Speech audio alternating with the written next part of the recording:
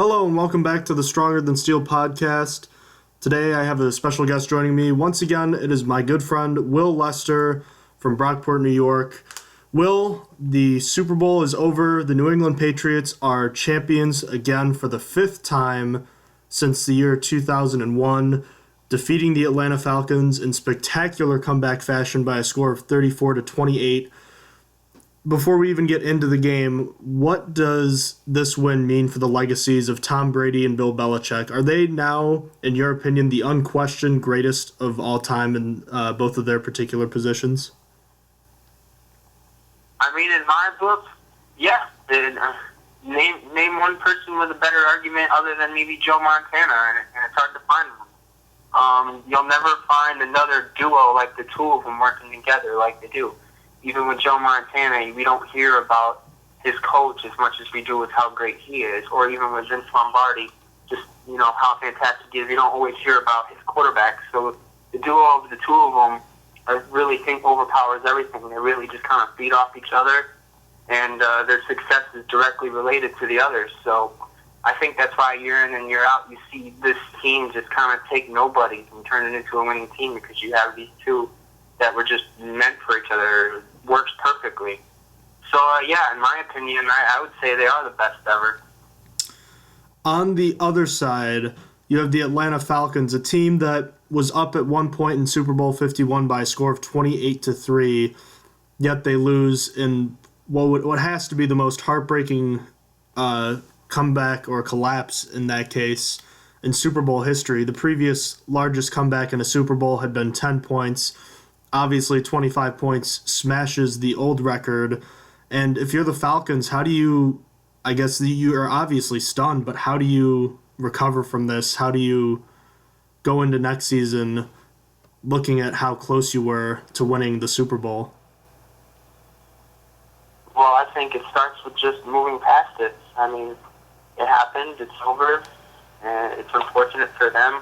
It came down to clock management, and they didn't do it very well. And obviously, with Patriots having the ball as long as they did, it really gassed that defense. So going into this year, I think you really need to find an offensive guy to really keep Matt Ryan at the top of his level like he was all season. We'll see if Steve Sarkisian, the newly named offensive coordinator of that team, can keep this team at the high octane level it has been, and we'll see if this defense continues to improve. Obviously, they're a young defense. They weren't the best in the league, but they've certainly surprised a few people, myself included, this postseason. So the foundation is there. Replace a few staff members and keep that same intensity on offense and keep improving on defense. And I think you can find them back close to, if not in the same situation they were in this year. The Atlanta Falcons had the NFL's arguably best offense this season, and a lot of that can be attributed to the players, obviously, but you can also look at Kyle Shanahan, the former offensive coordinator, just recently taking the head coaching job with the San Francisco 49ers.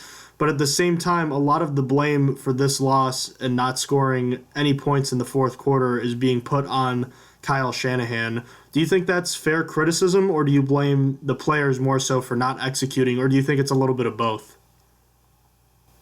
I mean, it's absolutely fair to maybe not so much blame Kyle Shanahan, but to certainly question his strategy. And I think it is a little bit of both. I mean, I don't feel like the play calling in the last quarter was really up to snuff. I really feel like they should have run the ball a lot more. It came down to there was just too many 3-and-outs, and their offense was not on the field nearly as much as they should have. And that starts with running the ball and getting some key first downs, and they weren't doing that. And on the other hand, Matt Ryan really didn't live up to his play, which is something I feel like we see year in and year out with MVPs. When it comes down to MVP or the best defense in the league, you're usually thinking that probably the best defense in the league outshines, and they really did. Matt Ryan in the final quarter, I can't remember the amount of times me and my friends were watching the game wondering, why are we snapping the ball with 18 seconds left on the play clock with the game clock running? It's little things like that kind of slipped their mind in the heat of the moment, and it really turned around to cost them, because they obviously didn't eat up enough time to hold the Patriots down enough. And the one drive that really shines out to me is where they got into field goal range they were on 3rd and 1, and all they had to do was run the ball, get a first down, or at the very least, make them spend a timeout and kick a field goal, make it a 2-possession game.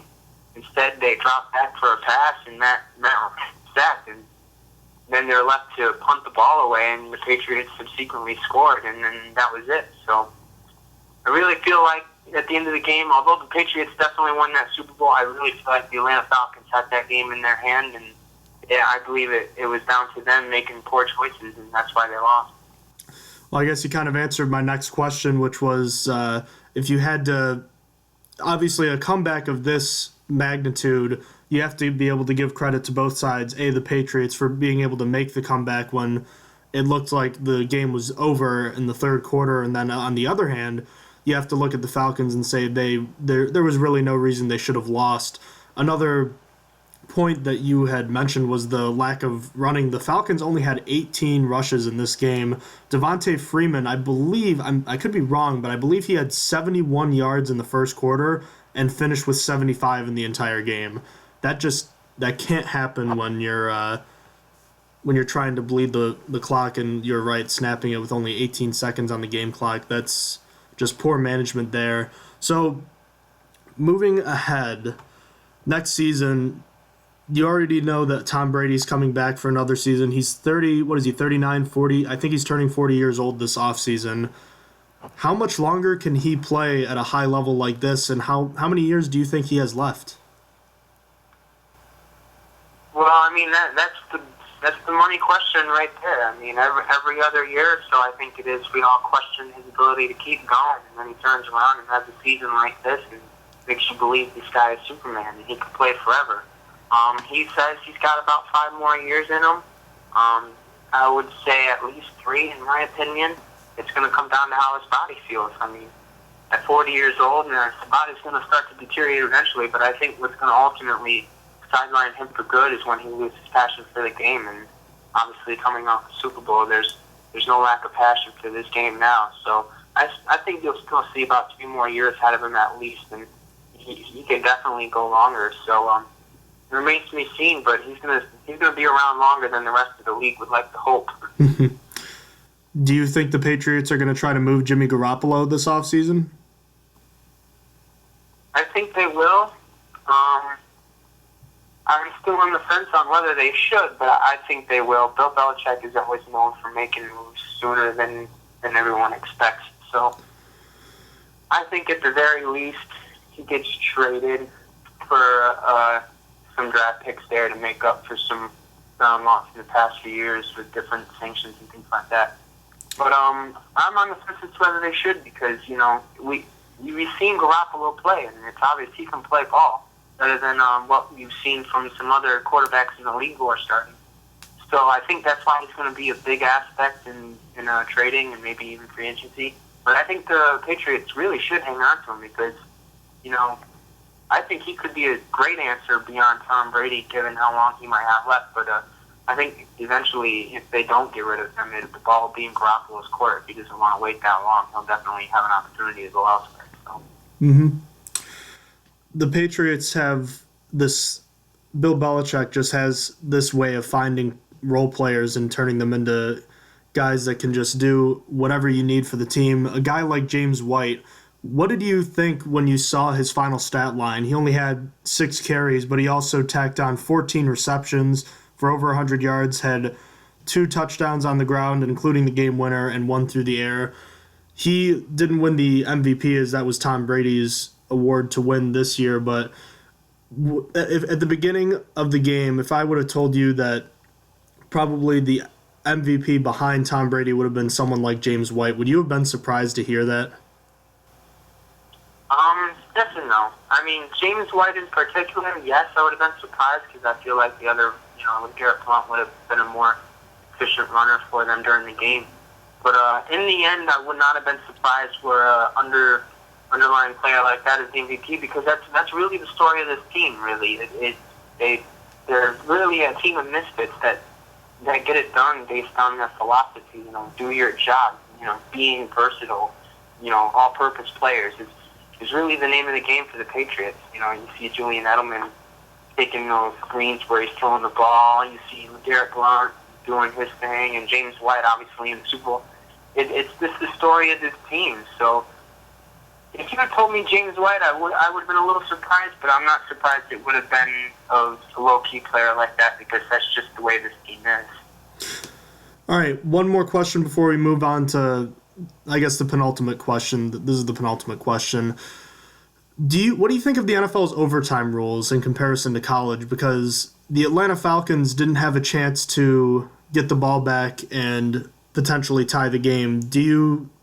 What do you think about that? Do you think both teams should have a chance? Do you like the old rules where it was sudden death? Or do you like the kind of hybrid situation that they have right now?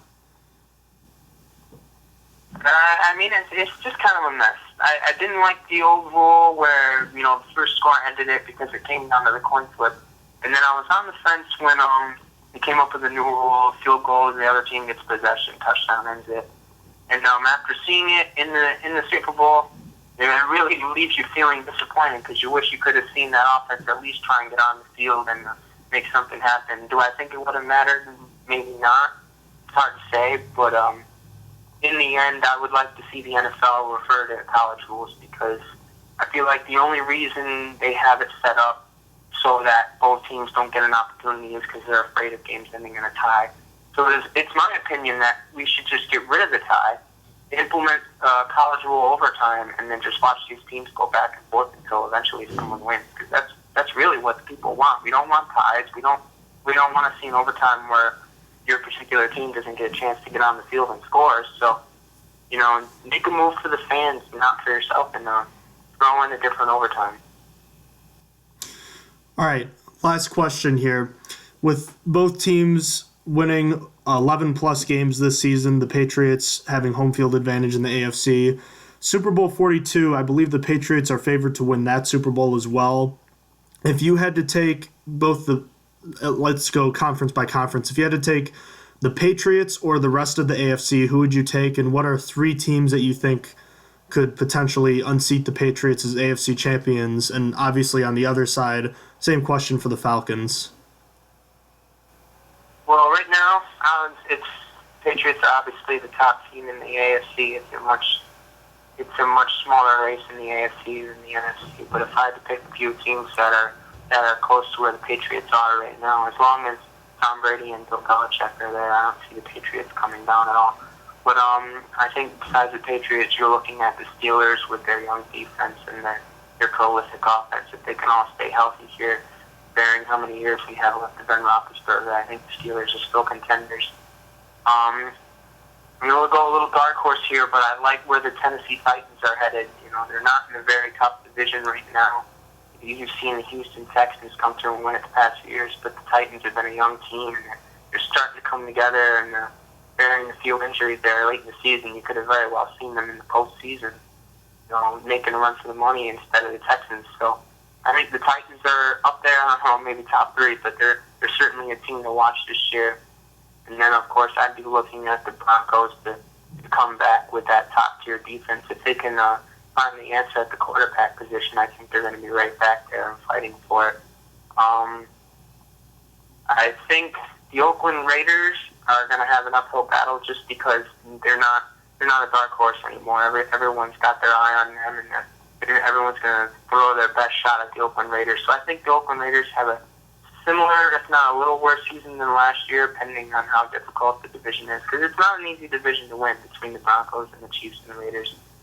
So I think the Raiders still make the playoffs, but I don't think they win the division. In the NFC, the Falcons, if they can keep that high-powered offense, I think will definitely be in contention. I think right now the most sound football team, consistent football team, is the Dallas Cowboys. If they can continue to improve on defense, I think they'll be just as efficient as they were this year. And then I think the NFC is definitely a lot more wide open. We see a lot more turnover happen in the NFC than we do the AFC. But besides the Cowboys and the Falcons, obviously the Seahawks are in question there. If they can find some sort of a more consistent run game like they had with Beast Mode, then I think they'll be all right. Other than those two, you have the Packers. As long as they got Aaron Rodgers, they're always in contention, I suppose. I wouldn't put my Lions there right now. I think there's still a few more holes to fill, but I certainly think we can build on last season. In the NFC East, I still like the Giants to join them at the top there. It's going to be a two-way battle again between the two of them because the Giants have got a great defense and their offense is always something to watch with Odell Beckham and Eli Manning. So I think we're going to see a lot of the same teams at the top of the conferences, but as far as the wild cards and the lower division winners, I think you could see some turnover on both sides of the league. I'm definitely looking forward to it, but a long off season ahead, and everyone's looking forward to the NFL draft. Will, thank you so much for joining me today. You have a great night, and it's a pleasure as always to have you on the show. Looking forward to bigger and better things this off season and coming up next season. Have a good night, buddy.